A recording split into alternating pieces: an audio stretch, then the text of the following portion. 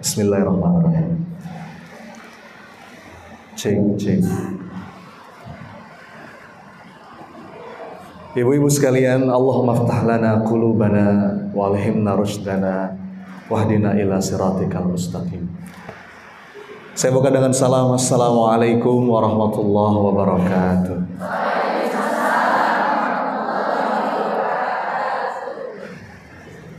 Alhamdulillah. Allahumma lakal hamdu hatta tarda, walakal hamdu idza radita, walakal hamdu ba'da ridha. Allahumma lakal hamdu wa ilaikal mustaka wa antal musta'an, wala haula wala quwwata illa billah. Allahumma salli wa sallim wa barik ala Muhammad wa ala alihi wa ashabihi ajma'in. Subhanaka la ilma lana illa ma 'allamtana innaka antal alimul hakim. Alhamdulillah. Apa kabar ibu-ibu? Sehat? Mudah-mudahan pertemuan kita pagi hari ini betul-betul Allah curahkan keberkahan. Luar biasa nih ibu-ibu ya, hujan-hujan tetap datang ke majelis ilmu. Semoga tiap langkahnya Allah catat sebagai penggugur dosa. Semoga tiap langkahnya dari rumah ke majelis ilmu ini Allah jadikan pemberat amal soleh.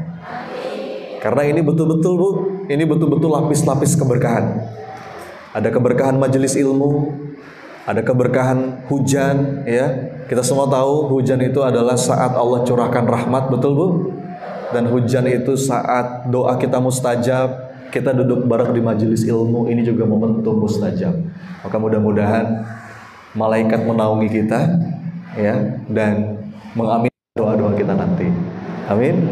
Supaya lebih berkah Bapak Ibu, saya biasa mengawali sesi saya dengan saling mendoakan dulu. Boleh? Pinjam tangan kanannya, usap-usap yang di sebelah kanannya. Nah, ikuti kata-kata saya. Saudaraku, mudah-mudahan pagi hari ini penuh barokah. Allah karuniakan kita ilmu yang bermanfaat. Dan mudah-mudahan kita ketemuan lagi ya di surganya Allah. Tangan kiri, sebelah kirinya. Saudaraku, amin ya rabbal alamin. Saling mendoakan, saling mengingatkan, saling menguatkan. Berikan senyuman yang paling manis buat kanan kirinya, silakan.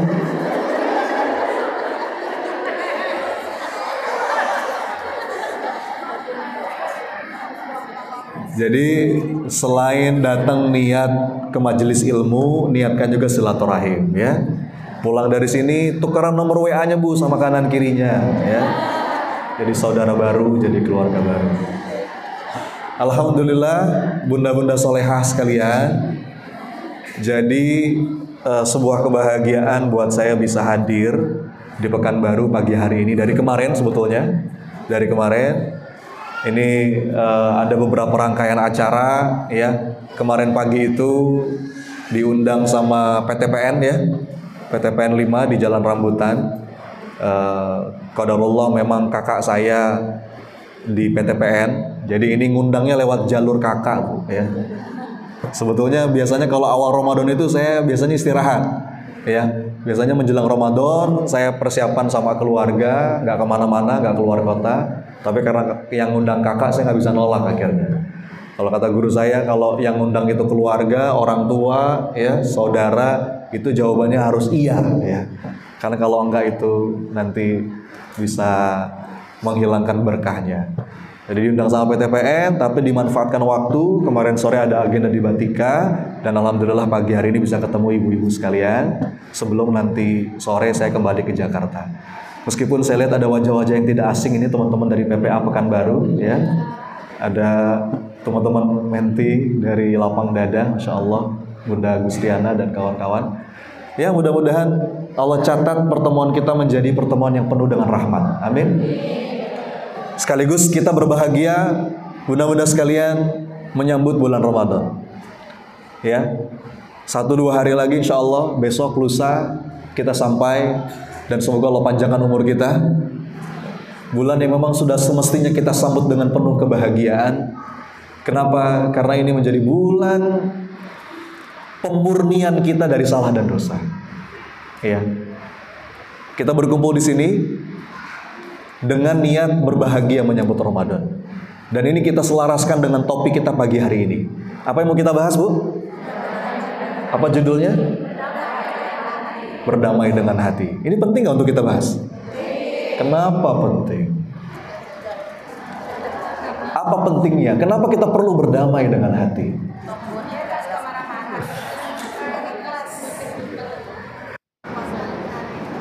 Iya, Bu.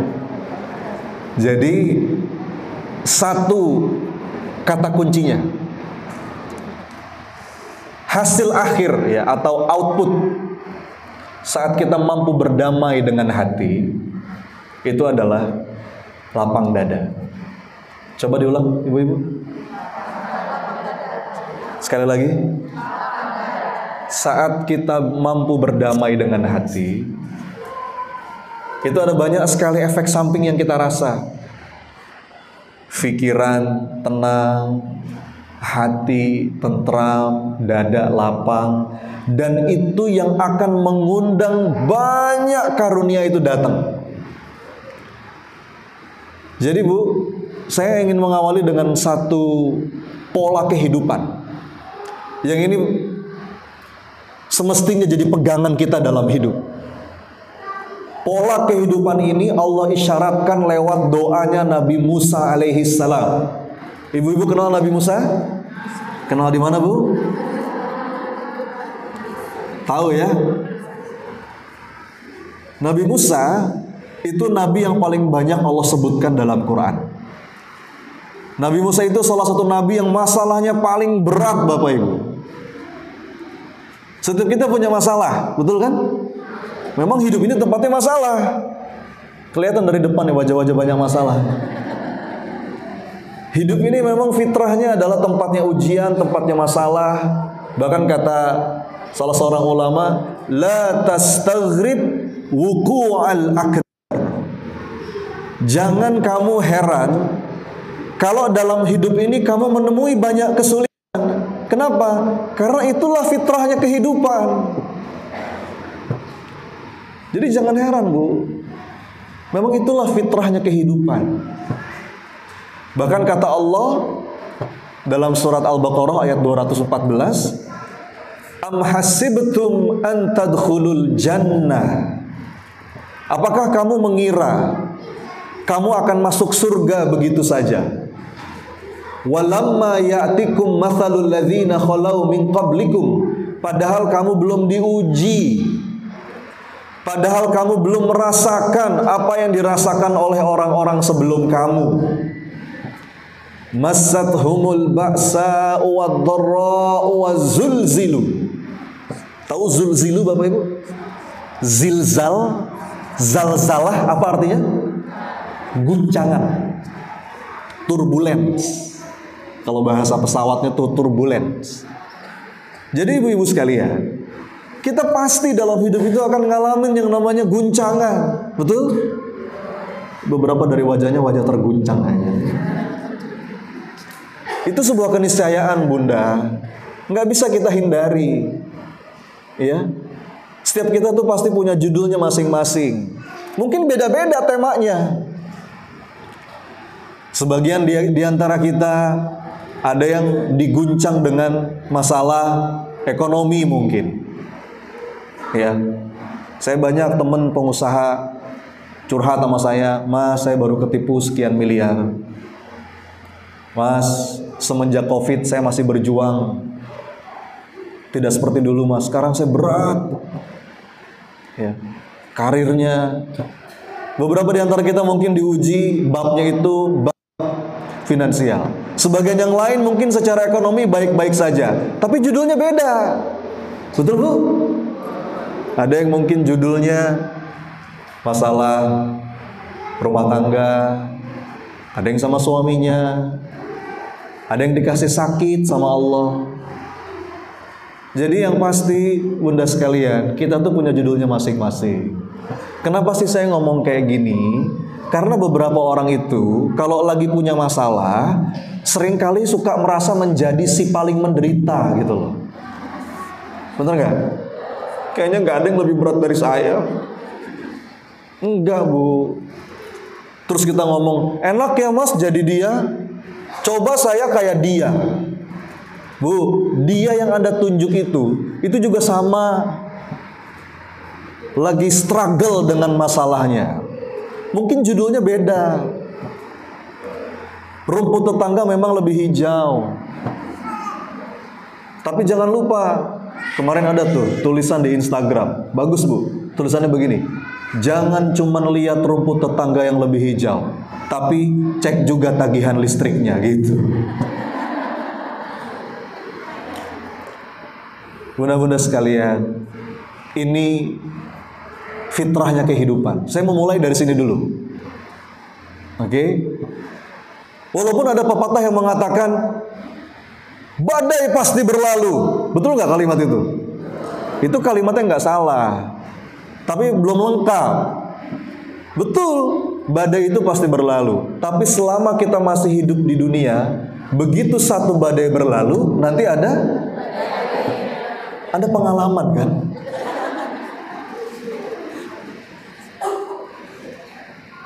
Kalau kata Rasulullah, orang yang beriman itu akan selalu dan selalu diuji sama Allah.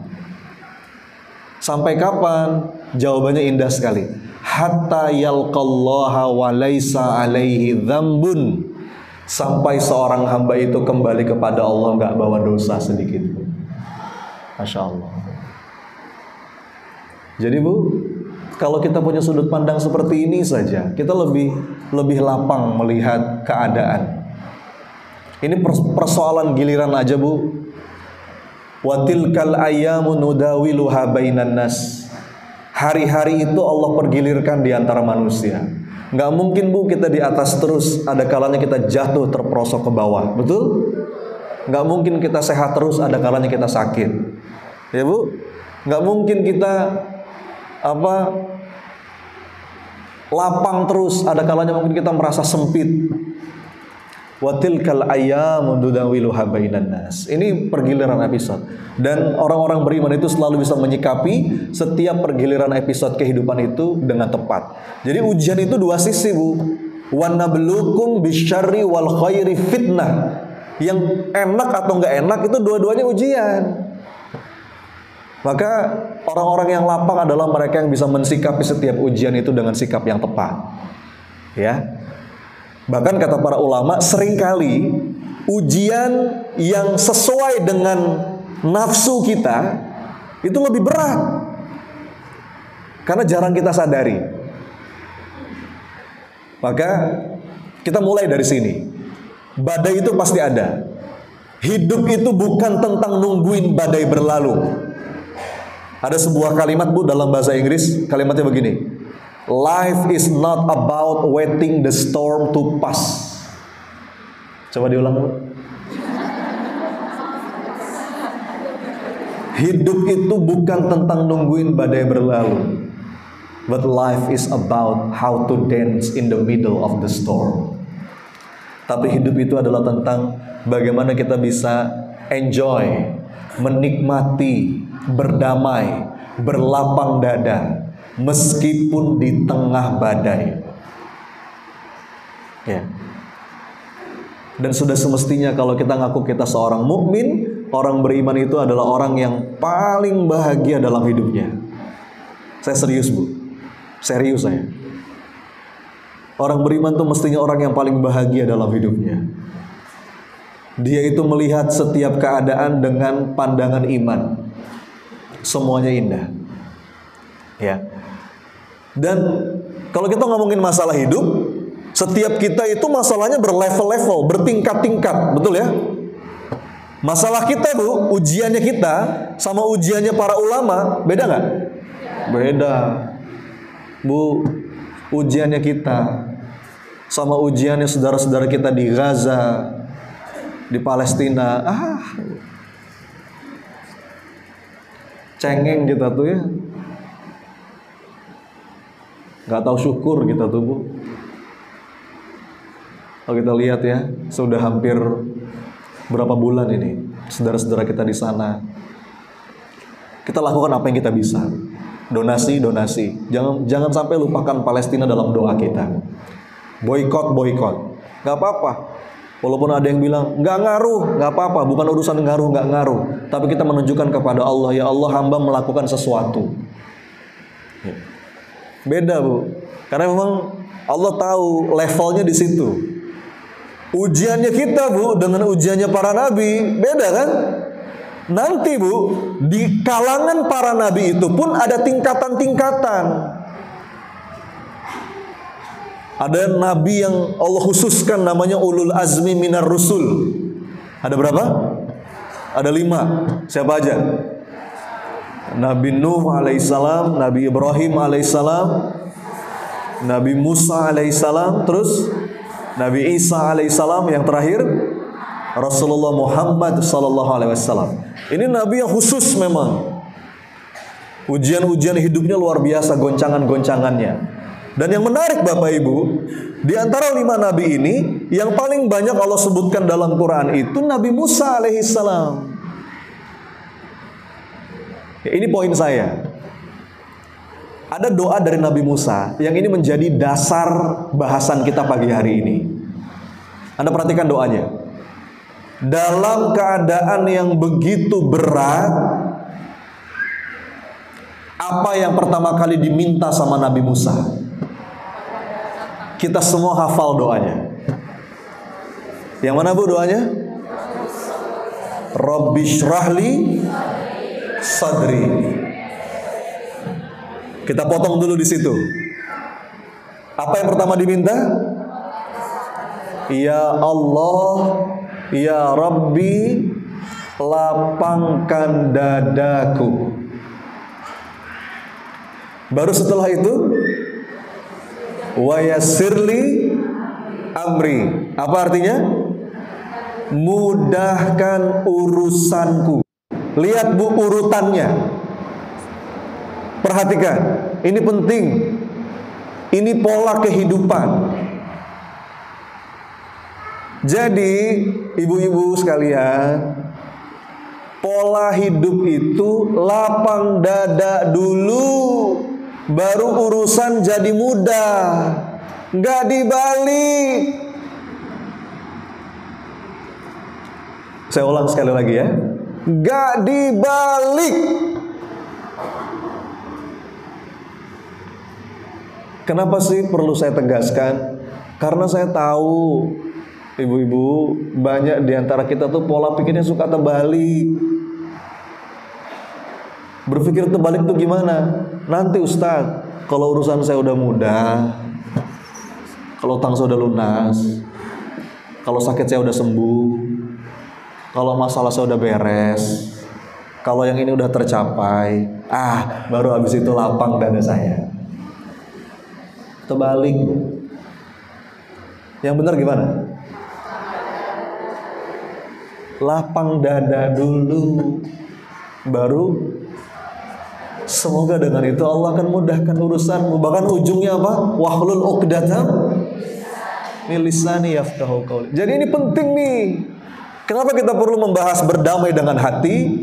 Karena efek dari kedamaian dalam diri kita adalah dada yang lapang. Dan dada yang lapang itu adalah pintu gerbang yang memudahkan urusan. Bu, kalau kita merasa, kenapa ya Mas, kok masalah saya nggak beres-beres? Saya udah ikhtiar loh Mas, jungkir balik, kaki jadi kepala, kepala jadi kaki. Tapi kok rezeki kayaknya tersumbat, jalan keluar kayaknya nggak nampak, apa yang saya inginkan sepertinya semakin menjauh. Boleh jadi pintu pertamanya belum kita buka. Apa pintu pertamanya? Serius Bapak Ibu. Saya seorang penulis, Bu, saya sudah nulis 6 buku. Sekarang saya lagi nulis buku yang ke-7. Judulnya Lapang Dada. Saya sangat yakin ini kunci kehidupan. Ya. Bahkan ini dikonfirmasi oleh banyak penelitian Bapak Ibu. Kalau Anda cukup dalam mengkaji dunia positif psikologi, itu para pakar menyebutkan mana yang duluan? Bahagia dulu baru sukses, apa sukses dulu baru bahagia? Yang benar. Benar gak nih? Teorinya segitu. Kita sering berpikir nanti mas kalau saya udah sukses saya baru bahagia. Itu terbalik Bapak Ibu. Saya pastikan terbalik.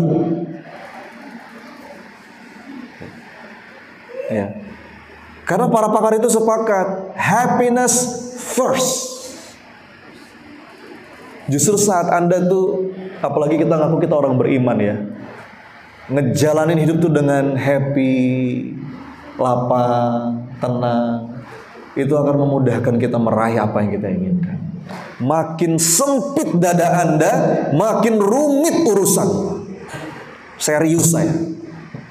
Anda boleh pegang itu baik-baik. Ya.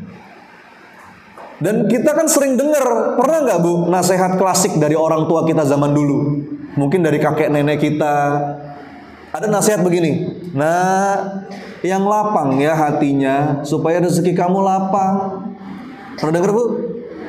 Kalau hati kamu sempit, rezeki kamu sempit. Itu kayaknya nasihat orang tua zaman dulu, tapi itu ada dalilnya itu. Itu terbukti secara ilmiah. Ya. Makanya itu Bu, saya tuh kalau dalam sesi curhat ya, dalam sesi konseling, dalam sesi mentoring, itu kadang-kadang saya tuh nggak menyentuh masalahnya, enggak. Tapi saya cuma nganterin bagaimana si orang ini sampai pada posisi lapang dadanya. Nanti setelah itu ngikut yang lain. Oke? Nah, oleh karena itu menjadi dasar. Kenapa kita perlu berdamai dengan hati? Siap kita bahas ini? Siap kita bahas? Apa sih mas hal-hal yang kita perlu berdamai dengannya? Jadi gini ibu-ibu sekalian, dalam hidup ini itu kita perlu paham nih, ada yang namanya peta kendali. Coba diulang, apa? Peta kendali. Apa itu peta kendali? Dalam hidup ini Bu, ada sesuatu yang itu dalam kendali kita, tapi ada sesuatu yang itu di luar kendali kita. Oke? Kenapa kita jadi stres? Kenapa kita jadi overthinking? Sampai disebut istilahnya overthinking. Kenapa? Thinkingnya over. Kita fokus pada apa-apa yang di luar kendali kita. Gitu ya. Mestinya fokus kita itu pada apa yang ada dalam kendali kita. Yang di luar kendali kita, disitulah kita berdamai. Jadi mau tahu Bu, apa itu ciri orang yang bijak? Orang yang bijak itu dia mampu berdamai dengan apa-apa yang di luar kendalinya. Ya. Dan dia hanya fokus pada apa-apa yang ada dalam kendalinya. Oke? Coba sekarang saya mau main kuis. Ya Bu, supaya Anda punya peta kendali yang jelas ini. Mana yang dalam kendali, mana yang di luar kendali. Mau main kuis, siap? 1, jawab ya. Cuaca dalam kendali apa di luar kendali? Yang benar. Termasuk di luar kendali pawang hujan? Yang dalam kendali kita apa? Sedia payung. Pakai jas hujan. Ini kalau Bunda Gusriana udah hatam materinya.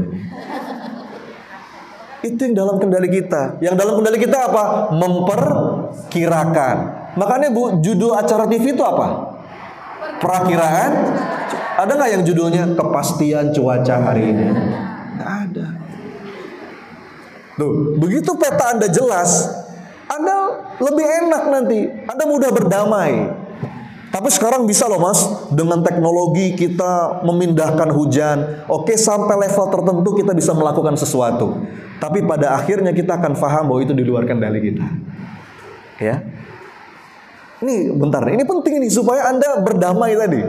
Anda punya peta yang jelas, mana dalam kendali, mana di luar kendali. Lanjut sekarang, contoh sehari-hari aja Bu. Kita lanjutkan kuisnya. Nomor 2, kemacetan. Dalam kendali apa di luar kendali? Dalam apa di luar? Yang dalam kendali kita apa? Mau berangkat jam berapa? Mau lewat mana? Bisa dipaham ya Bu? Saya kemarin Bu,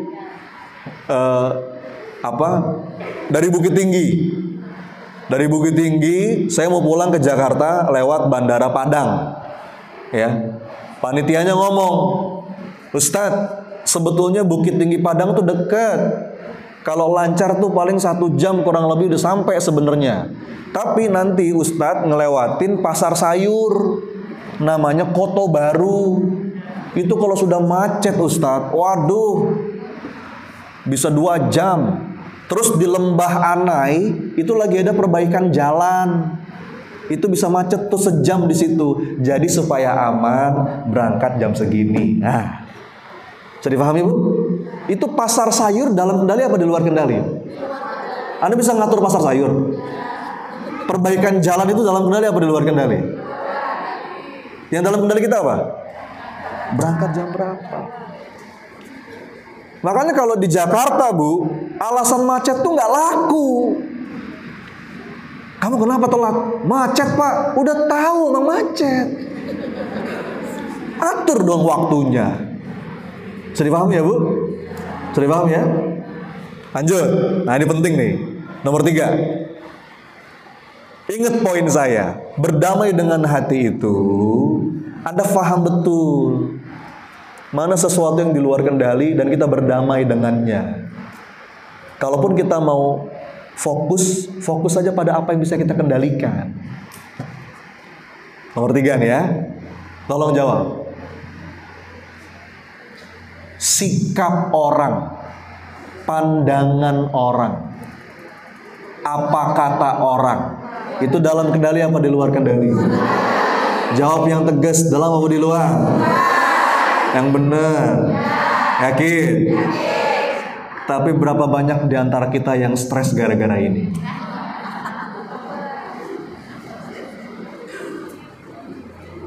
Betul Bu?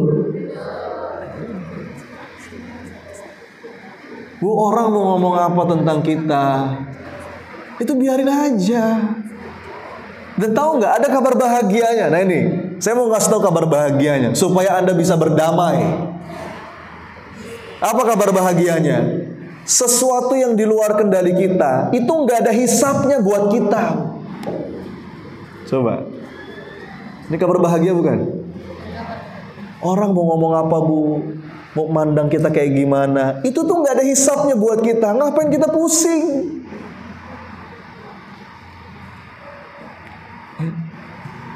Biarin aja.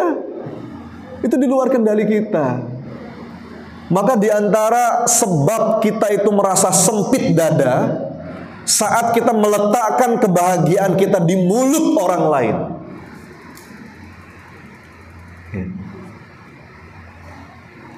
Pandangan orang itu nggak ada ngaruhnya Ibu. Itu nggak ada hisapnya buat kita. Dan lagi pula kita tuh nggak bisa bikin semua orang suka sama kita, betul? Kalau kata Imam Syafi'i, inna ridhan nas ghayatun la tudrak. Apa artinya? Berharap semua orang suka sama kita itu mustahil. Nggak bisa Bu. Masih ingat nggak kisah Luqmanul Hakim, bapak sama anak yang bawa keledai? Masih ingat? Masih? Gimana Bu ceritanya? Bapak sama anak bawa keledai. Bapak anaknya di atas keledai, bapaknya jalan di bawah nuntun keledainya. Diomongin orang nggak? Salah nggak Bu? Apa kata orang?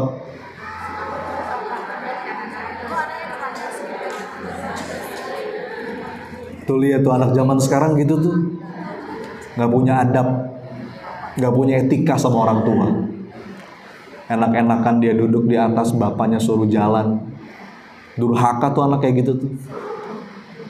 Bapaknya denger bu, terus bapaknya bilang, nak, kayaknya salah nak, tukeran ya. Bapak di atas, kamu di bawah. Nah, tuntun keledainya, jalan mereka. Diomongin orang nggak? Salah nggak? Apa kata orang?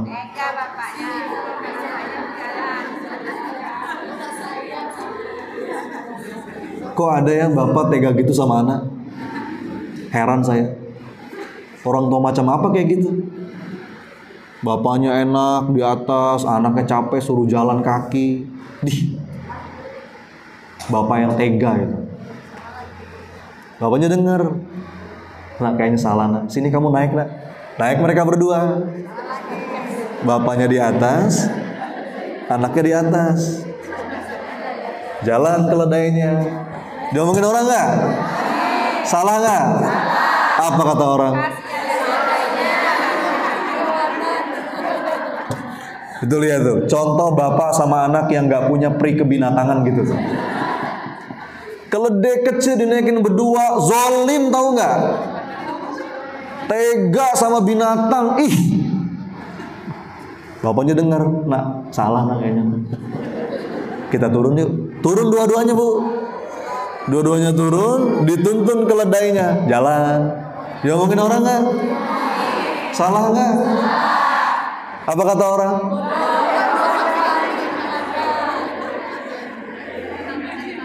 Bodoh kali orang tuh. Gimana kalau bahasa kan barunya? Bodoh kali. Bawa keledai nggak dimanfaatin malah dituntun. Apa fungsinya? Ngapain bawa keledai? Pusing bapak ini. Sampai akhirnya saking pusingnya, ya udahlah, saya gendong aja keledainya ya. Nah sekarang semua orang sepakat mereka orang gila ya. Bapak ibu capek.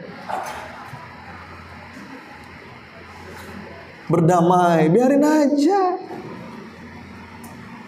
Lagi pula, nih saya mau ngasih tau rahasia nih bu. Ini kita aja ya. Bu, saya mau bilang, kalau hari ini kita meninggal, besok lusa tuh orang lupa sama kita. Betul nggak bu? Iya, serius.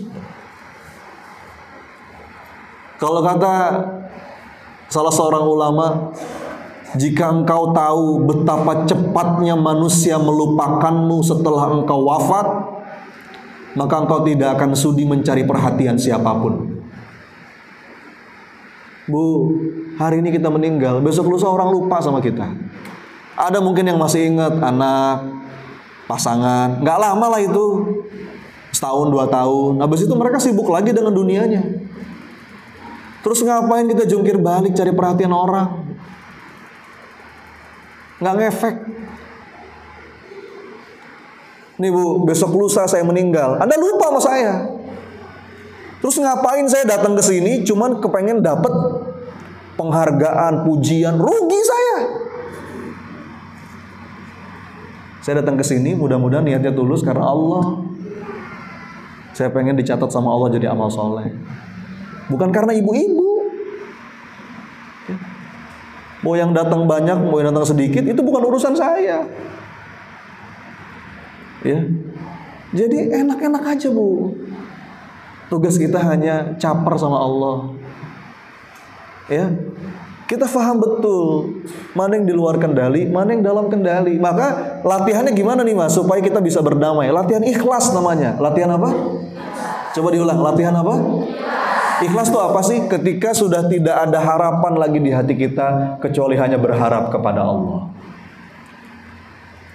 Kita tuh banyak patah hatinya karena kita masih banyak berharap kepada selain Allah. Ya. Coba ibu-ibu renungi ya. Di saat kita kecewa, di saat kita sakit hati, di saat kita patah hati, itu saya yakin pada saat itu kita sedang berharap kepada selain Allah. Ya. Makanya bu, di antara latihan pentingnya itu untuk melatih ikhlas itu apa? coba milikilah amal-amal rahasia. Itu latihan batin tuh. Jadi kita melakukan amalan-amalan yang itu nggak diketahui orang, nggak dilihat orang. Itu enak banget. Anda akan merasakan manisnya ikhlas. Ya. Anda akan merasakan manisnya ikhlas. Ada amal-amal yang perlu ditampakkan. Ada. Itu sebagai syiar, sebagai motivasi. Sholat berjamaah harus nampak terang-terangan. Bahkan sedekah pun ada yang harus terang-terangan, supaya memotivasi sebagai syiar. Tapi di samping itu, Anda punya amalan khusus. Yang itu hanya Anda dan Allah yang tahu. Ya Bu? Enak.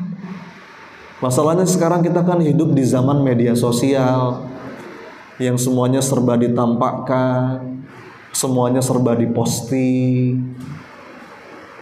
Bu, Anda akan lapang dadanya kalau Anda tuh nggak butuh pengakuan orang, perhatian orang, penghargaan orang. Bahkan di saat orang salah paham pun Anda rileks aja. Ya kita berusaha menjelaskan, tapi nggak usah terlalu difikirin. Klarifikasi secukupnya, jangan klarifikasi terus. Kalau kata Sayyidina Ali, sebenarnya kita nggak perlu menjelaskan tentang diri kita kepada siapapun. Kenapa? Karena orang itu kalau sudah benci nggak percaya. Betul Bu? Tapi orang kalau sudah suka, dia nggak butuh itu kadang-kadang. Maka berdamailah dengan pandangan orang, apa kata orang, itu di luar kendali kita. Dan gak ada hisabnya juga buat kita. Lagi pula kalau ada orang ngejelek-jelekin kita, yang dia katakan itu masih jauh lebih baik daripada aib asli kita yang ditutupi Allah. Betul Bu? Pasti itu saya jamin. Karena sifatnya Allah itu maha menutup aib. Itu sifatnya Allah. Jadi kalaupun misalkan ada kejelekan kita yang terbuka, diketahui orang, terus digunjing sama orang, itu tuh masih jauh lebih ringan dibandingkan aib asli kita yang Allah tutupi. Iya, jamin itu. Kadang-kadang kita kehilangan kesadaran. Kita merasa kita lantai 12. Saya lantai 12. Begitu ada yang bilang kita lantai 6, kita tersinggung. Enak aja lantai 6, lantai 12. Makanya kata para ulama, rendahkan dirimu serendah-rendahnya sampai nggak ada lagi yang bisa merendahkan kamu. Sampai kita tuh di lantai dasar gitu ya. Begitu ada yang bilang, kamu lantai 1, alhamdulillah, itu lebih baik dari aslinya saya. Iya Bu. Mas Sony banyak ngomong. Alhamdulillah ya Allah, dia cuma tahu saya banyak ngomong. Dia nggak tahu saya banyak utang, banyak masalah. Contoh ya. Jadi enteng-enteng aja Bu sama pandangan orang tuh. Itu tuh pujian orang itu nggak bisa nganterin kita ke surga. Hinaan orang juga nggak bisa nganterin kita ke neraka. Relax aja, ya. Karena itu di luar kendali kita. Nah sekarang saya masuk lebih dalam nih. Coba tolong jawab. Sikap anak, sikap pasangan, orang-orang yang kita cintai, itu dalam kendali apa di luar kendali? Jawab yang tegas, yang benar. Bu, bahkan ya saya mau bilang nih, Nabi aja nggak bisa mengubah orang-orang yang dia cintai, nggak bisa ngasih hidayah. Nabi siapa yang anaknya nggak beriman? Nabi Nuh alaihissalam. Nabi siapa yang istrinya nggak beriman? Nabi Lut alaihissalam. Nabi siapa yang ayahnya nggak beriman? Nabi Ibrahim. Wanita solehah siapa yang suaminya nggak beriman? Siti Asiyah, istrinya itu kurang solehah gimana lagi Bu Siti Asiyah itu ya. Nabi siapa yang pamannya nggak beriman? Anda bayangkan Bu, dalilnya tuh telak kata Allah, innaka la tahdi man ahbabta. Kita tuh nggak bisa ngasih petunjuk kepada orang yang kita cintai sekalipun. Ya, sama. Terus tugas kita apa? Yang dalam kendali kita apa? Ikhtiar. Ikhtiarnya apa? Misalkan dalam interaksi kita dengan anak, kita didik anak kita kasih dia cinta, kita jadi teladan yang baik, kita tempatkan di sekolah yang terbaik. Itu ikhtiar, itu yang dihisab tuh. Ya, Allah lihat ikhtiar kita. Yang dalam kendali kita tuh mengubah diri. Makanya mohon maaf ya, banyak orang ikut seminar parenting, belajar ilmu parenting, tapi kok seakan-akan ilmunya nggak kepake. Kenapa? Karena salah mindset. Kita berpikir belajar parenting itu bagaimana cara mengubah anak. Bukan. Inti dari ilmu parenting itu adalah bagaimana mengubah diri. Nih. Itu yang dihisab. Anda solehahkan diri Anda, ya. Nanti vibrasi itu nular ke anak. Bahkan kadang-kadang Bu, Anda nggak perlu pakai ngomong. Anda nggak perlu bilang sama anak Anda, nak sabar. Ngomongnya sambil nggak sabar itu. Anda cukup tampil menjadi sosok. Ketika ada kejadian-kejadian Anda tenang, Anda sabar, Anda nggak ngomong. Anak Anda lihat, umiku keren. Itu menghujam ke dalam jiwa. Jadi bu, suami itu dalam kendali apa di luar kendali? Yakin? Yang benar ini. Ada yang merasa bisa mengendalikan suami di sini? Karena saya udah kenyang dicurhati sama ibu-ibu. Udah kenyang saya. Ustadz, Mas Sony, aduh suami saya, aduh Mas. Disuruh sholat susah. Apalagi sholat subuh, aduh. Makin saya marah, makin jadi dia. Itu salahnya. Fahami konsep awalnya. Oh iya ya, saya nggak bisa mengubah hati suami. Yang bisa mengubah siapa? Allah. Maka tugas saya apa? Saya mengubah diri saya. Tobat.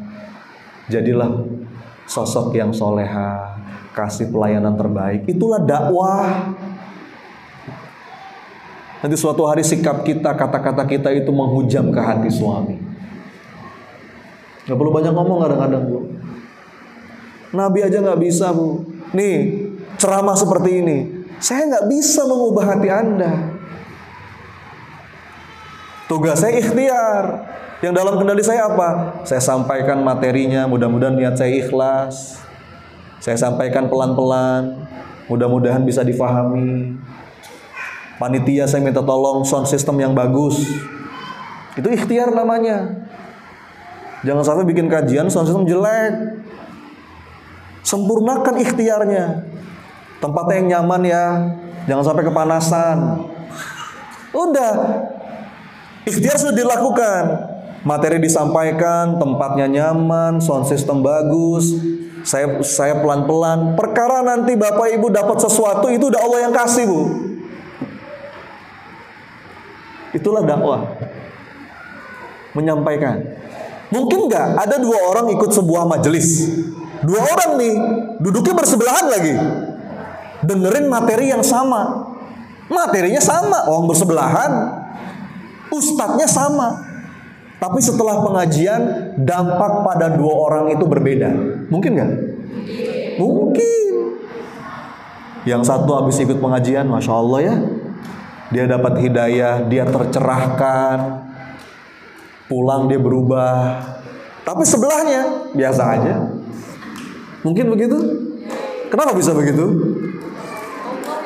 Karena hidayah, hikmah, petunjuk itu bukan milik ustadz.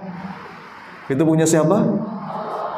Tugas dakwah itu, tugas para nabi hanya nyampein. Seni mengetuk pintu hati. Jadi tugas para dai itu mengetuk pintu hati. Bu, ayo kembali kepada Allah. Tapi perkara yang ngasih hidayah itu udah wilayahnya Allah, Bu. Allah yang kasih. Jadi kita tuh kalau dalam menasihati orang, mengajak orang pada kebaikan, kita rileks. Ada hal-hal yang perlu kita berdamai. Rasulullah itu, Bu, sedih ketika pamannya meninggal dalam keadaan kafir. Sedih Rasulullah. Tapi Rasulullah paham, hidayah itu bukan miliknya beliau. Rasul udah ngajak dengan baik-baik, paman, bersyahadatlah paman. Bahkan sampai pamannya mau meninggal, Rasulullah masih mengajak, paman bersyahadatlah paman, agar aku bisa menolongmu. Pamannya gak mau. Sedih Rasulullah. Tapi Rasul paham itu di luar kendali. Ya, Bu. Jadi kita tuh enak, nggak pakai ngotot. Orang la ikraha fid din, nggak ada paksaan dalam agama. Selama kita pakai akal kita, jelas kok mana yang baik, mana yang buruk. Bisa dipilih. Ya. Yang penting kita sampaikan. Jadi itu tuh lebih tenang kita ngadepin anak, ngadepin pasangan. Oh iya ya, yang dalam kendali saya ini. Yang di luar kendali saya kita serahkan kepada Allah. Itulah berdamai dengan apa-apa yang memang di luar jangkauan kita. Oke ya. Lanjut. Berikutnya apa? Contoh berikutnya nih, saya masuk lebih dalam. Umur, kesehatan. Itu dalam kendali apa di luar kendali? Yang dalam kendali kita apa? Menjaga kesehatan. Itu yang jadi pahala, Bu. Ya. Makanya gak usah heran. Ada gak, Bu, cerita begini? Ada orang yang pokoknya hidupnya sehat lah, olahraga terus, bahkan sampai nge-gym, gitu kan, makan dijaga, tapi meninggalnya cepat. Ada, Bu? Banyak kan? Tapi sebaliknya, ada orang hidupnya sembarangan, bahkan ngerokok sehari sekian bungkus, gak pernah olahraga, panjang umur. Ada, Bu? Terus kita berpikir, ya udahlah Mas, saya kayak dia aja. Sampai akhirnya ada sebuah kalimat, Mas, kalau udah waktunya mati mah mati aja Mas. Sambil dia merokok. Nggak begitu kan? Nggak begitu. Memang umur itu di tangan Allah, tapi yang dalam kendali kita itu kita ngejaga, itu yang dihisap nanti. Kayak kemarin tuh waktu zamannya COVID, nggak mau pakai masker. Mas, kalau emang udah waktunya mah apa namanya? Kena mah kena aja. Nggak begitu. Tugas kita ikhtiar. Kalau kita sudah sempurna, masker udah dipakai, vitamin kita minum, kita jaga jarak, kita mencuci tangan, ya sudah. Kalau emang takdirnya kena, ya sudah. Tapi kita sudah ikhtiar. Gitu kan? Anda naik motor nggak mau pakai helm, kalau emang takdirnya kecelakaan, Mas, kecelakaan aja. Ya nggak begitu, pakai helmnya. Itu dalam kendali kita. Perkara nanti kecelakaan atau tidak, itu sudah kita minta perlindungan kepada Allah. Bisa difahami ya, Bu? Lanjut, berikutnya penting nih. Berikutnya penting. Apa? Jawab. Masa lalu dalam kendali apa di luar kendali? Jawab yang tegas. Masa lalu, ini yang sudah terjadi nih. Iya. Yang dalam kendali kita apa? Mengambil pelajaran, mengambil hikmah, apa yang bisa kita perbaiki sekarang, itu yang dalam kendali. Maka kita perlu berdamai dengan masa lalu, Bu. Yang sudah.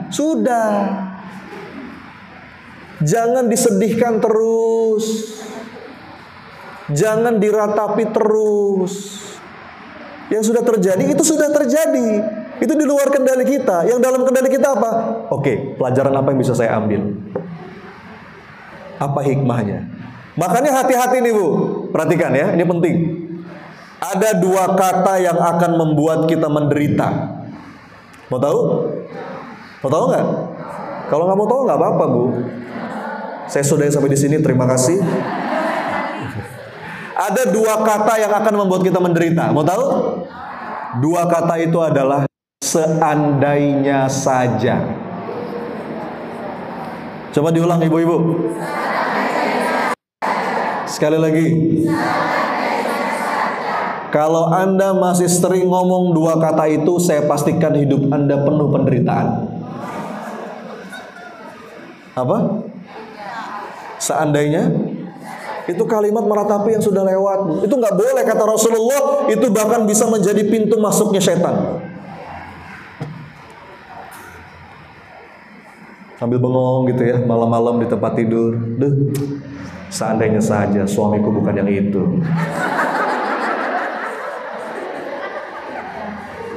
Udah punya cucu ngomong gitu. Seandainya aku dulu bersama mantanku, aku tidak akan seperti ini. Itu dosa. Bahkan gak usah yang gitu deh. Dalam urusan yang kecil aja kita gak boleh ngomong seandainya saja. Contoh, Anda lagi di jalan, naik mobil, naik motor. Ada dua pilihan arah, belok kanan, belok kiri. Terus Anda pilih belok kanan deh. Begitu belok kanan, macet. Sedang ngomong, seandainya saja tadi saya belok kiri. Itu nggak boleh, Bu. Itu pintu masuk setan. Ya, putar balik aja. Tapi nggak usah pakai ngomong seandainya saja. Tapi ganti, apa kata Rasulullah? Ganti dengan apa? Qadarullah wa ma syaa fa'al. Sudah. Kemarin Bu, ini sering saya ceritakan. Ada seorang pengusaha, ibu-ibu pengusaha travel. Ya. Besok bulan April saya diajak sama beliau satu trip. Dia baru ketipu 10 miliar. Ikut kelas saya di Solo waktu itu. Habis ikut kelas saya, dia ngomong gini, Mas Sony, makasih ya Mas. Sekarang saya lebih lega. Kenapa Bunda? Dia cerita, iya Mas, saya baru ketipu sekian miliar. Kemarin Mas, saya masih ngomong seandainya saja. Seandainya saja saya nggak ketemu sama orang itu. Seandainya saja saya nggak transfer ke dia. Seandainya saya nggak percaya sama dia. Seandainya. Sudah kan? Sudah. Udah terjadi. Katakan qadarullah wa ma syaa fa'al. Tinggal sekarang, oke, apa yang bisa kita perbaiki? Kalau ada salah, apa yang kita taubati? Ya. Apa yang bisa saya lakukan untuk menghadapi ini semua? Mudah-mudahan kalau emang kita merasa menderita, ini jadi penggugur dosa. Gara-gara ini Mas saya jadi begini, semoga jadi penggugur dosa. Maka Bu, latihan jiwanya apa nih supaya kita nggak terjebak dalam meratapi masa lalu? Bagaimana latihan agar kita bisa berdamai? Nama latihannya ridho. Coba diulang Bu. Sekali lagi. Ridho itu meyakini bahwa semua pasti ada hikmahnya dan semua baik pada akhirnya.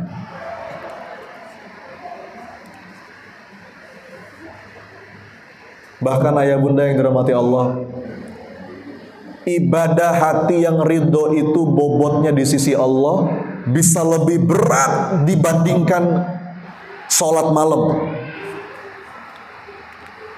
Ada hamba-hamba yang mungkin ibadah zahirnya nggak terlalu banyak Bu, tapi ternyata dia punya kedudukan mulia di sisi Allah. Lantaran apa? Hatinya tuh ridho Bu. Dia tuh nggak banyak ngeluh dalam hidupnya. Mungkin masalah ada, tapi dia jalanin dengan hati yang ridho. Luar biasa. Karena dia yakin rencana Allah pasti lebih baik daripada apapun yang dia inginkan. Selama kita sudah mengikhtiarkan yang terbaik, maka apapun yang terjadi sudah. Karena tugas kita hanya bergerak, ikhtiar. Hasil itu udah wilayahnya Allah. Betul Bu? Kadang-kadang kita kepengen A, yang terjadi A, aman tuh. Kita berdoa untuk A, yang dikabulkan sama Allah A. Aman ya? Pernah ngalamin kayak gitu? Pasti pernah. Kita doanya A, Allah kabulkan A. Kadang-kadang kita ngalamin tuh kayak gitu. Saya berdoa waktu anak pertama, ya Allah pengen anak laki-laki, dikabulin laki-laki. Anak saya yang kedua, ya Allah pengen ya Allah punya anak perempuan, dikabulin perempuan. Istri saya hamil lagi, anak yang ketiga, ya Allah pengen perempuan lagi, dikasih perempuan lagi. Kadang-kadang pengabulan doa dari Allah itu sesuai dengan apa yang kita minta. Pernah ngalamin ya Bu? Tapi ada kemungkinan yang berikutnya. Apa? Kita minta A, Allah kasih B. Kenapa? Karena menurut Allah B ini lebih baik dan lebih kita butuhkan.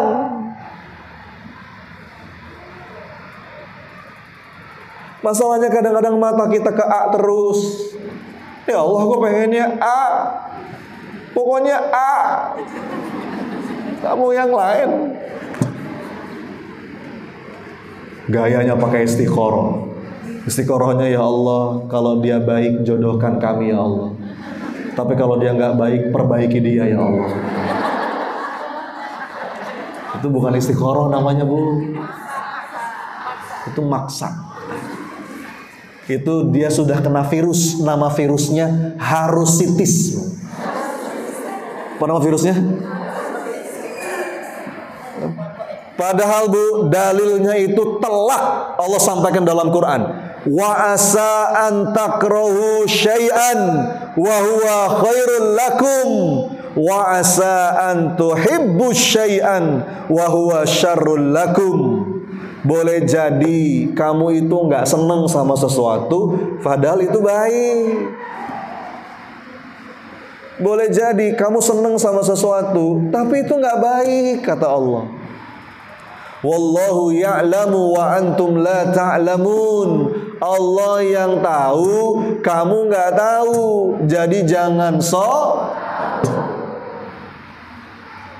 Orang-orang yang bisa berdamai Bu dengan keadaan, dengan masa lalu, dia melihat ini semuanya pasti baik dari Allah.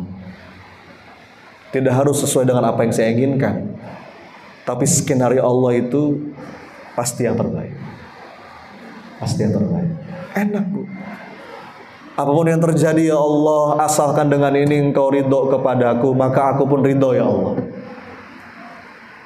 Kayak doanya Nabi ketika di Taif. Fa illam takun alayya ghadabun fala ubali lakal utbah hatta tardo. Ya Allah, ini Rasul itu berdoa ketika lagi sedih Bu, lagi terluka hatinya, kehilangan ibunda Khadijah, kehilangan pamannya Abu Thalib, di Taif dilempari batu, diludahi sama manusia, berdarah-darah. Tapi dalam keadaan kayak gitu apa kata Rasulullah? Ya Allah, jika ini memang qadha-Mu ya Rabb, aku gak peduli ya Allah, mau sehat, sakit, kaya, miskin, dipuji, dicaci, dideketin, dijauhin, mendapatkan atau kehilangan, di atas atau di bawah, satu aja ya Allah, asal dengan ini Engkau ridho, hamba pun ridho ya Allah. Bebas ya Allah. Tugas hamba kan hanya ikhtiar. Nanti hasilnya kuserahkan padamu ya Allah. Enak. Anda berikhtiar dalam keadaan hati yang damai, tidak merisaukan hasil. Latih Bu, punya hati yang ridho. Jangan lupa baca doa setiap pagi petang. Raditu billahi rabba. Ya Allah, hamba ridho Engkau Rabb hamba yang mengatur segala urusan hamba.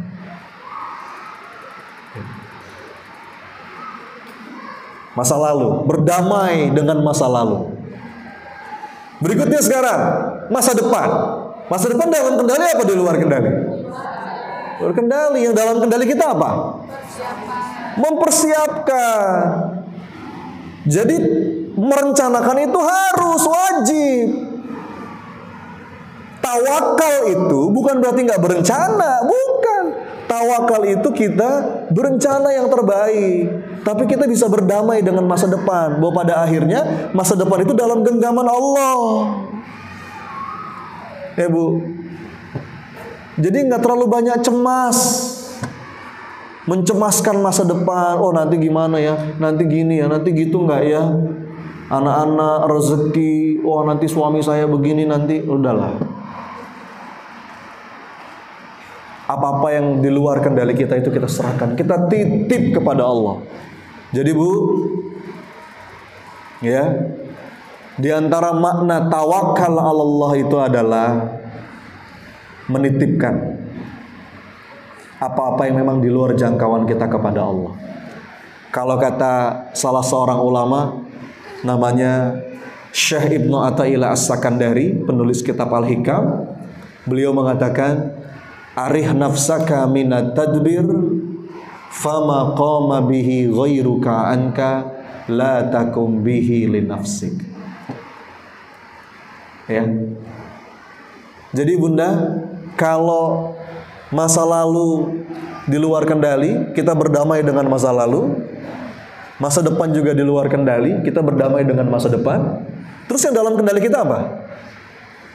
Masa ini. Ini nih. Here and now. Di sini kini. Makanya Anda mau tahu nggak siapa orang yang paling menderita? Orang yang paling menderita itu yang masa lalu dia ratapi, yang masa depan dia cemaskan, yang masa kini nggak dia nikmati, Bu. Terus maunya apa? Di antara penyebab sempitnya dada itu ayah bunda saat kita nggak menikmati hari ini, padahal ada begitu banyak limpahan karunia nikmat dari Allah, Bapak Ibu. Ya, kita sibuk dengan apa-apa yang belum ada, tapi kita lupa dengan apa-apa yang sudah ada. Kalaupun bunda-bunda sekalian, kalaupun mungkin kita merasa hidup kita sedang susah, hidup kita sedang sulit, itu jaminan dari Allah, Bu. Dalam setiap satu kesulitan itu Allah barengi dengan 2 kemudahan minimal. Ya, Anda sudah hafal semua ayatnya. Yang mana?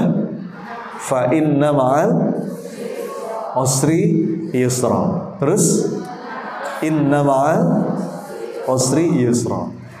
Ini 2 ayat di Quran surat Al-Insyirah yang kita semua hafal, yang menarik sekali untuk terus dibahas. Bahwa ketika menyebutkan kesulitan Allah menggunakan alif lam. Kalau alif lam itu artinya ma'rifah, sesuatu yang definitif. Tapi ketika menyebutkan kemudahan, Allah itu enggak menggunakan alif lam. Jadi bukan al-yusra, tapi yusra saja. Tapi ketika kesulitan ada alif lamnya, al-usri. Gimana ayatnya? Fa inna ma'al usri yusra. Ketika kesulitan ada alif lamnya, saat kemudahan itu enggak ada alif lamnya. Kalau enggak ada alif lamnya itu berarti nakiroh, sesuatu yang indefinitif, yang kemungkinannya lebih banyak. Jadi para ulama menyimpulkan kesulitan di ayat yang kelima dan kesulitan di ayat yang keenam itu sama.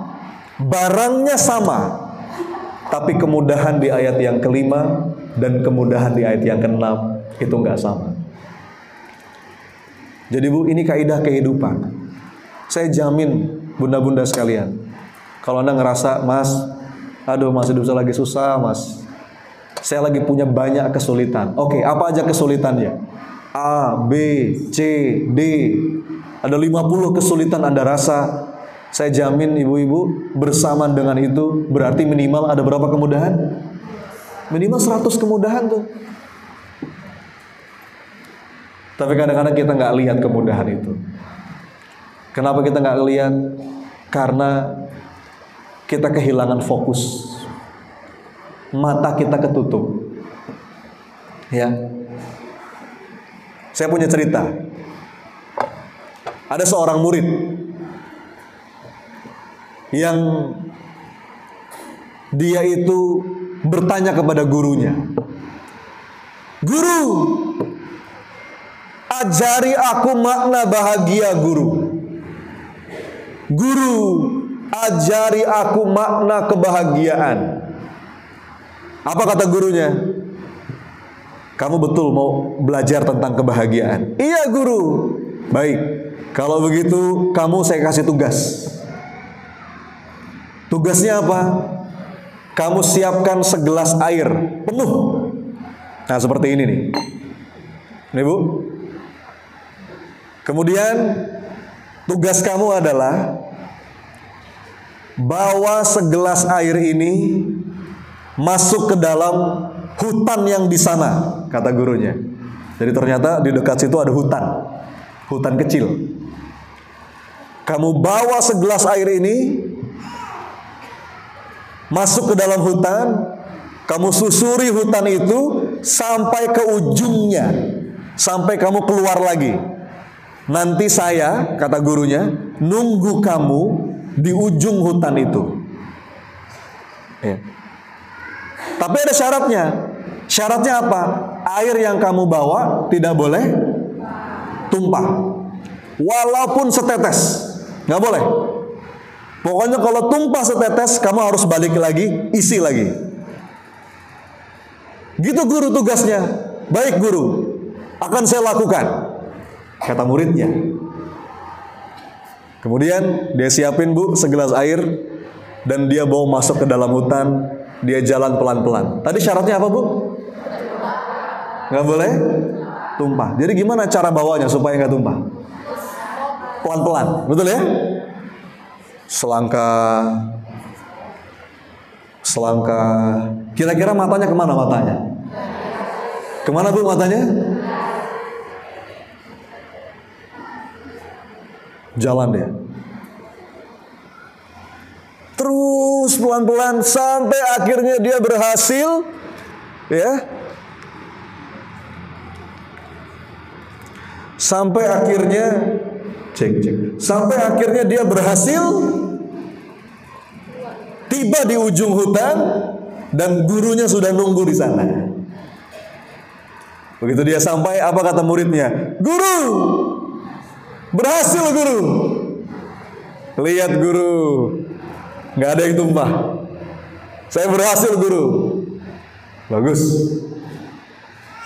Kemudian muridnya bertanya, "Lalu apa hubungannya, Guru, tugas tadi dengan makna kebahagiaan?" Gurunya menjawab dengan sebuah pertanyaan. "Sekarang saya mau nanya sama kamu. Apa, Guru? Keindahan apa yang kamu temukan di dalam hutan tadi?" Apa, Bu, kira-kira jawaban muridnya? Hah? Apa kata muridnya? Keindahan. Keindahan apa, Guru? Aku gak melihat apa-apa. Kenapa dia gak melihat? Kenapa dia gak melihat? Karena matanya kemana? Padahal, Bu, ketika diajak balik lagi sama gurunya, "Ayo kita masuk." Ternyata di hutan yang tadi dia lewati, di sudut kirinya itu ada danau. Bagus danaunya, tapi itu nggak kelihatan. Di sebelah kanan ada kebun bunga, cantik sekali, tapi nggak nampak. Kenapa nggak nampak? Bisa dipahami ya? Ini kadang-kadang kesulitan masalah hidup kita. "Mas, aduh hidup saya berat, Mas. Susah, Mas. Sumpek, Mas. Mata kita kesini terus." Padahal bersama dengan itu, bunda-bunda sekalian, Allah tuh iringi banyak sekali nikmat. Ya. Mungkin 1-2 hal masalah kita belum selesai, tapi beriringan dengan itu anak-anak sehat. Allah masih kasih kita rezeki nafas. Allah masih kasih kita kesempatan bersujud. Ya Bu. Maka kalau kata guru kami, Bunda, dua nikmat yang paling puncak itu adalah bernafas dan bersujud. Coba diulang, apa? Yang lain itu sekunder. Tapi dua nikmat yang paling primer itu adalah nikmat nafas dan nikmat sujud kepada Allah. Nikmat nafas dan nikmat sujud kepada Allah. Saya sering cerita Bapak Ibu, salah satu momentum hidup saya yang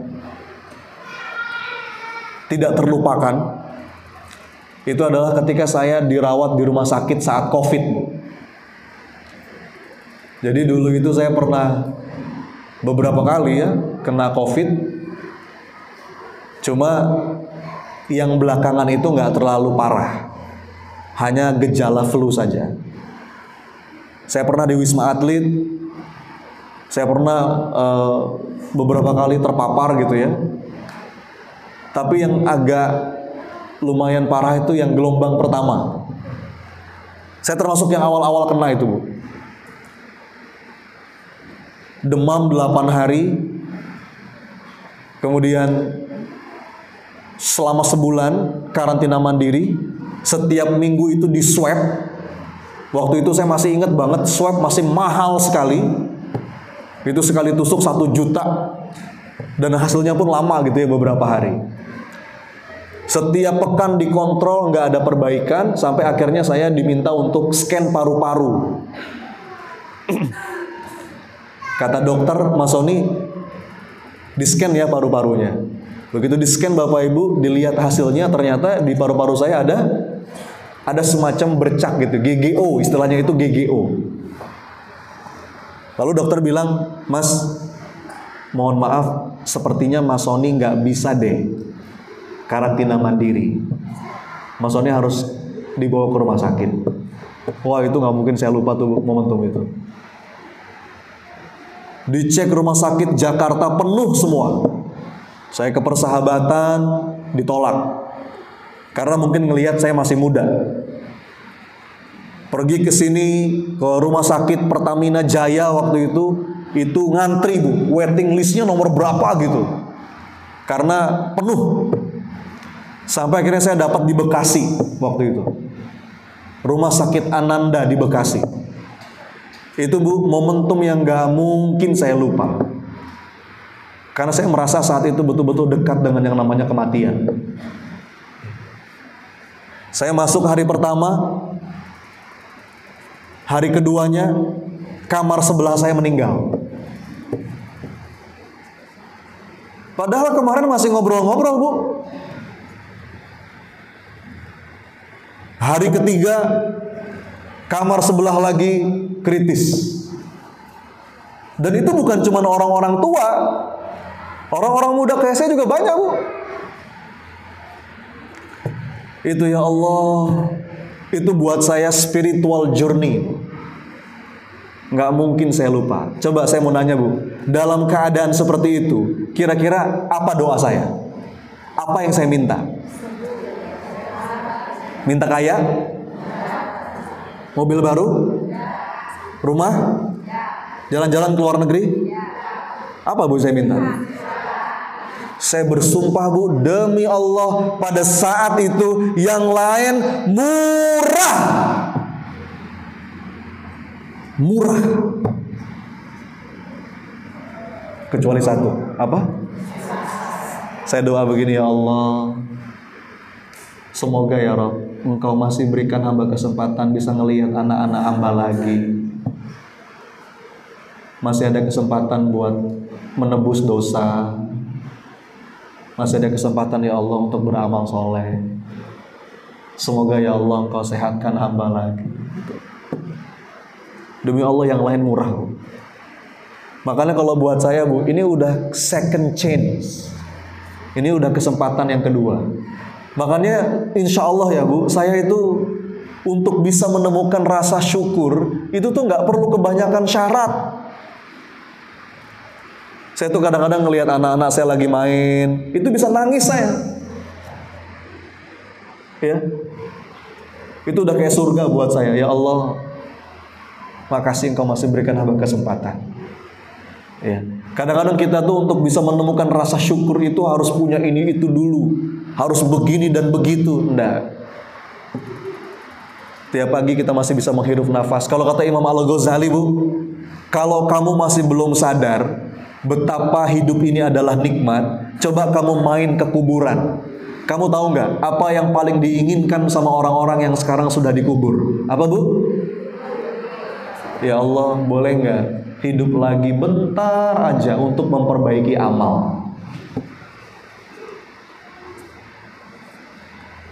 Ya. Jadi nikmat nafas itu ayah bunda, ibu-ibu sekalian, itu di antara nikmat yang paling besar yang Allah karuniakan. Dan yang kedua nikmat sujud. Ya, sujud itu anugerah yang gak semua orang dapat ilham untuk mau bersujud. Jadi ada dua istilah, Bu. Kalau yang kita sering dengar itu kan sujud syukur, betul ya? Kalau sujud syukur itu apa? Kalau sujud syukur itu kita bersujud untuk mensyukuri sesuatu, betul nggak? Gitu ya. Misalkan Bapak Ibu dapat rezeki apa, terus kita bersyukur, kita sujud. Makasih ya Allah atas nikmat-Mu yang ini. Itu sujud syukur tuh. Lulus kuliah, kita bersujud. Makasih ya Allah dimudahkan bisa lulus kuliah. Apalagi mungkin dapat sesuatu, kita sujud. Itulah sujud syukur. Tapi ada yang kedua. Yang kedua tuh dibalik. Bukan sujud syukur, tapi syukur sujud. Apa itu maksudnya, Mas? Sujudnya itu sendiri menjadi sebab yang kita syukuri. Bisa dipahami ya, Bu? Makasih ya Allah masih dikasih kesempatan sujud. Jadi Bu, kalau lagi sholat, nikmatin sujud tuh. Demi Allah itu momentum yang mahal dalam hidup. Ya. Maka nanti nih menjelang bulan Ramadan ya, ketika kita menjelang buka puasa, atau setiap kali sholat malam, setiap kali habis sholat wajib, duduk sebentar, sesekali lah Bu, itu isi doa kita tuh bukan minta ini minta itu. Walaupun itu boleh, silahkan, bagus, itu ibadah. Tapi sesekali Bu, kita duduk terus cuma ngomong gini sama Allah. Ya Allah, makasih ya Allah. Makasih ya Allah. Maafin kalau selama ini hamba masih suka berkeluh kesah. Ya. Jadikanlah ya Allah hati hamba ini hati yang peka, hati yang sensitif terhadap begitu banyak limpahan karunia dari-Mu. Sebagaimana doanya Nabi Sulaiman tuh yang tadi dibaca sama Ustazah.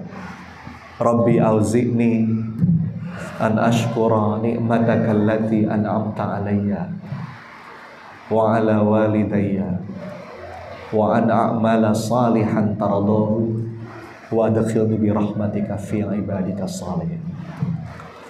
Jadi ini adalah upaya kita untuk bisa berdamai dengan keinginan.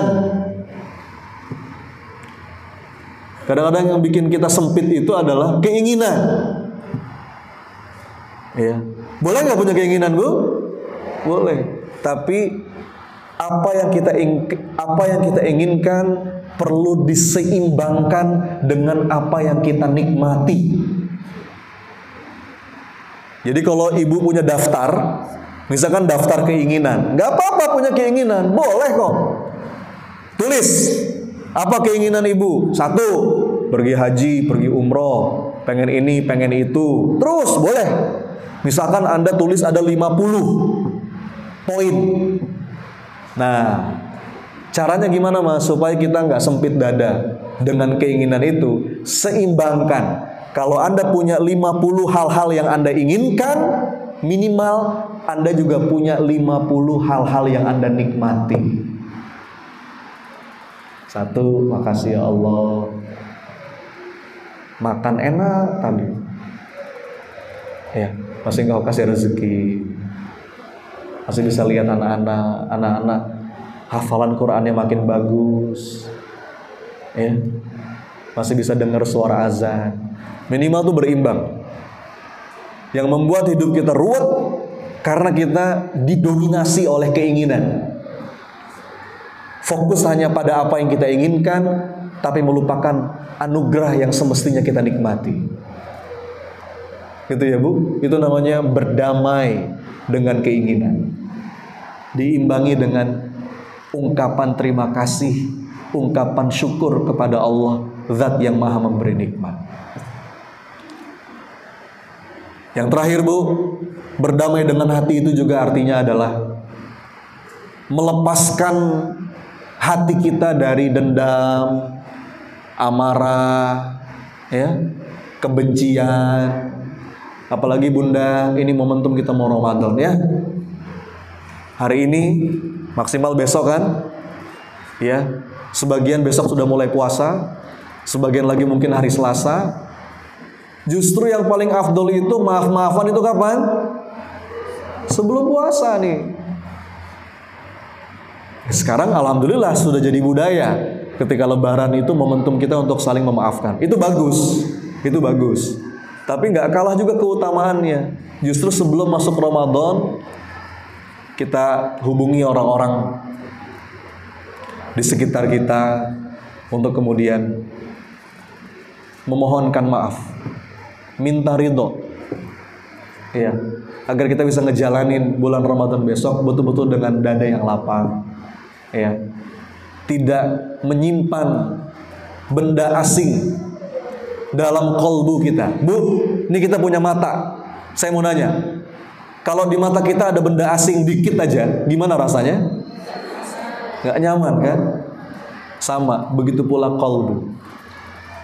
Jangan terlalu sering nyimpen dendam, nyimpen kejengkelan, nyimpen amarah. Dan untuk bisa melepaskan semua itu dalam kendali kita. Gitu ya Bunda-bunda, mudah-mudahan beberapa hal yang kita bahas terkait dengan berdamai dengan hati ini melapangkan dada kita, menyiapkan hati kita menyambut bulan Ramadan. Amin. Nanti kita akan doa bareng Bu, ya. Jadi sesi yang paling penting dalam kajian ini adalah ketika kita doa bareng. Ya, karena doa di majelis ilmu, doa ketika hujan turun itu adalah saat-saat mustajab.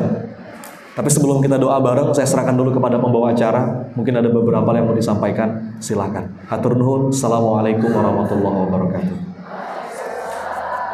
Ya. Waalaikumsalam warahmatullahi wabarakatuh. Maaf Ibu dan semuanya, ada jadwal kita sudah